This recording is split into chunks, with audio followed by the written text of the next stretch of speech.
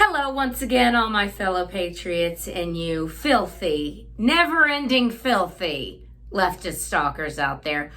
Welcome back to my channel. My name is Angela Box. You're watching Angela's Soapbox, where I say what you are thinking.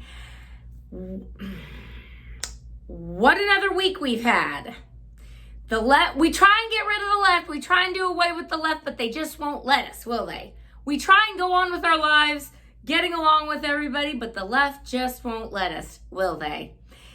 Before we get into all that, if you are not subscribed to my little channel, please go ahead and hit that subscribe button and share my content, especially with your filthy leftist friends, because they hate my guts. So that's always fun.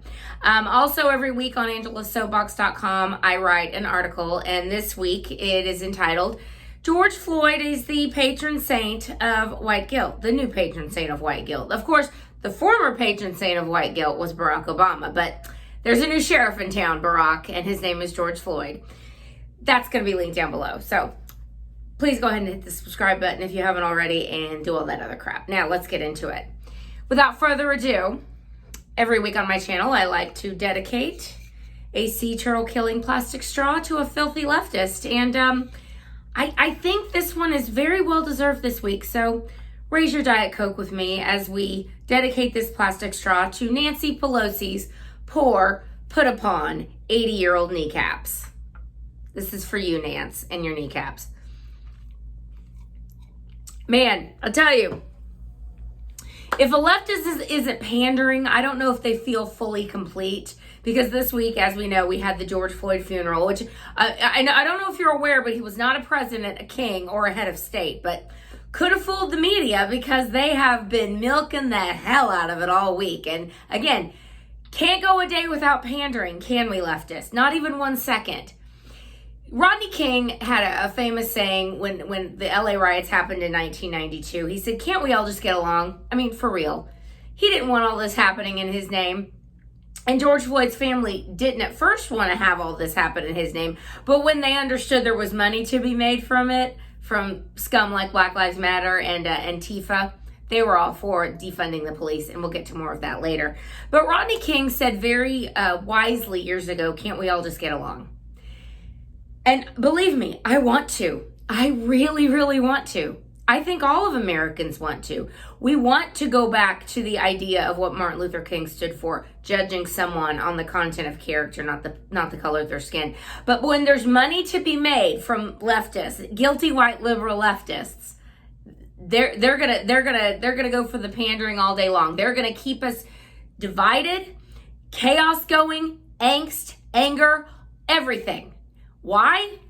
To win an election and to keep us divided. Because a united America is the left's worst nightmare.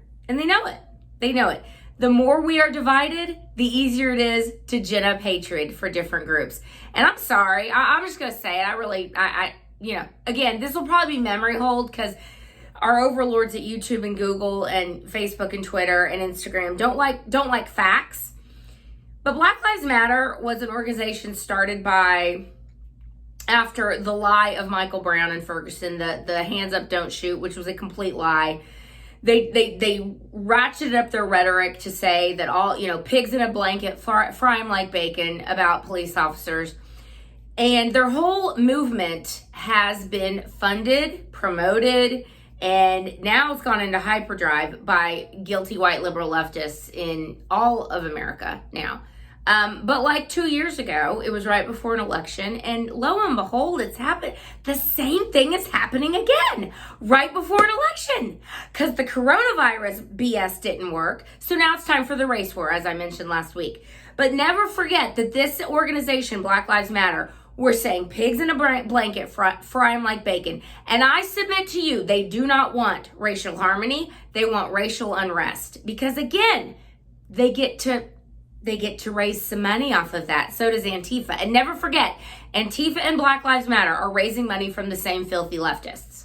The same ones. And now we know the real story behind what Black Lives Matter really wants. Not only are they have they co-opted Antifa's platform, but now they're all hand in hand with defunding the police. That's what they want. They want to defund the police. They want to take police out of neighborhoods where there's actually crime going on. And where are those neighborhoods? Well, I know facts are pesky things, but in the neighborhoods that Black people live, there's a lot of crime, and minorities live, there's a lot of crime. And so they want to remove the safeguards between the criminals and the people just trying to go about their daily lives in those communities. What a great idea, right? And of course, AOC says that, if we got rid of all the police, it'll just look like the suburbs because white people have money. And because white people have money, the suburbs are clean and they are crime free. I mean, it's the most, talk about racism. It's the most insane thing I've ever seen. No, I'm going to tell you what it is, because the Democrats have had their boot on the neck of the Black community for over 60 years. I talked about this last week. They are the ones who have destroyed these communities. They are the ones making promises they never, ever keep.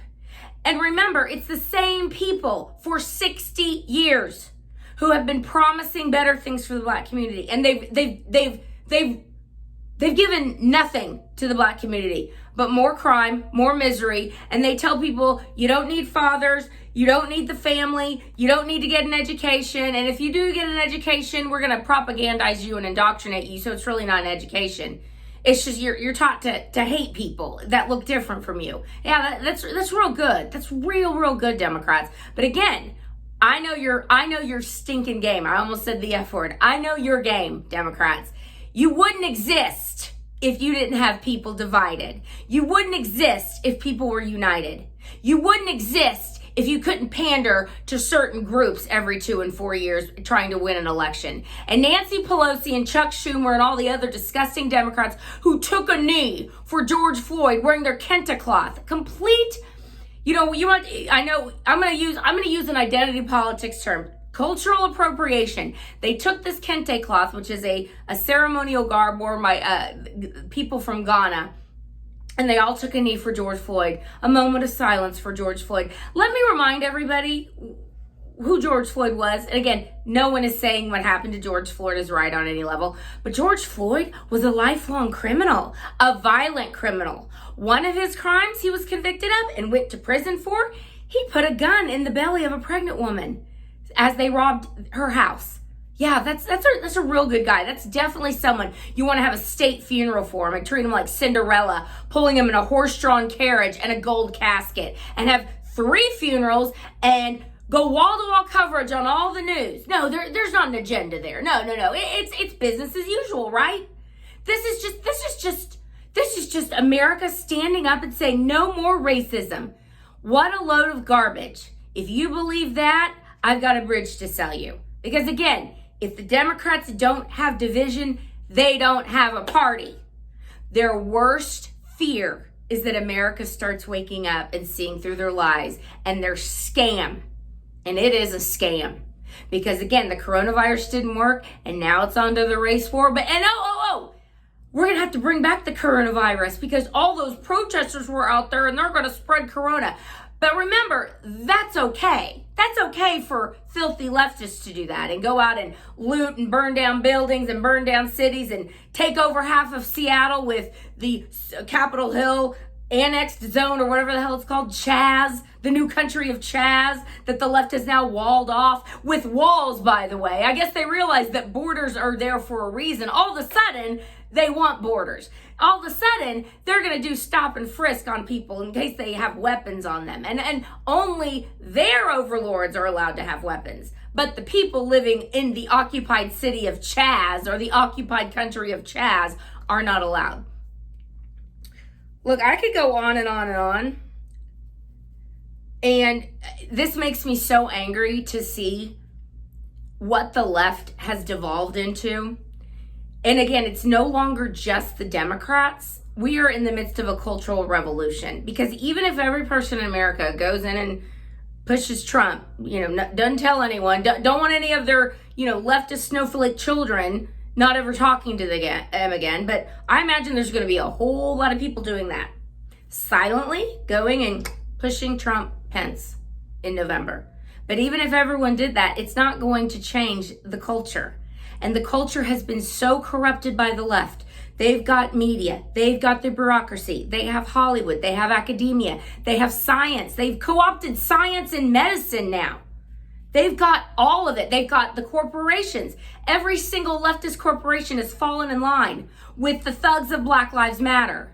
And they're telling people, if you don't fall in line, if you have wrongthink, if you say things that aren't of the what the mob mentality believes, you're going to lose your job. We're going to come after you. And they are. People are literally losing their livelihoods. So what's that going to mean for the future of freedom of expression and freedom of association and freedom of speech in this country? It's not too good. It's not too good. And so if you are one of these people that are in the silent majority, and I know that there are millions and millions and millions of us out there, 63 million of us, in fact, voted for Trump, and I think he's going to get more of a vote this time, I would say.